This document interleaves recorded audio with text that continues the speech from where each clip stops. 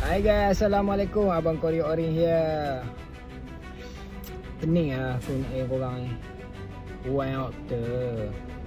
Hari ni dah barang dah lah banyak. Barang besar-besar lagi banyak hari ni. Lepas tu lori pula lambat. Hari ni pukul 2 baru keluar hak. Dia dah pagi tunggu pukul 2 baru keluar hak.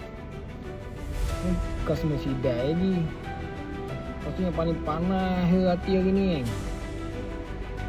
Kita dah sampai rumah. Oh bang, return. Tak nak. Oh.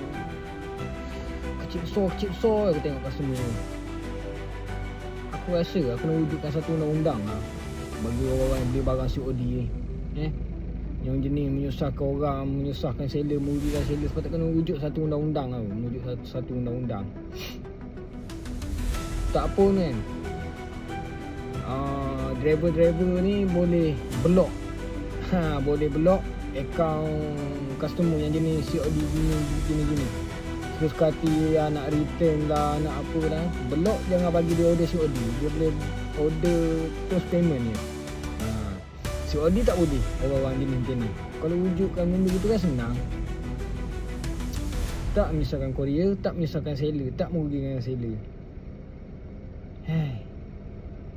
Macam-macam lah korang ni. Pening aku.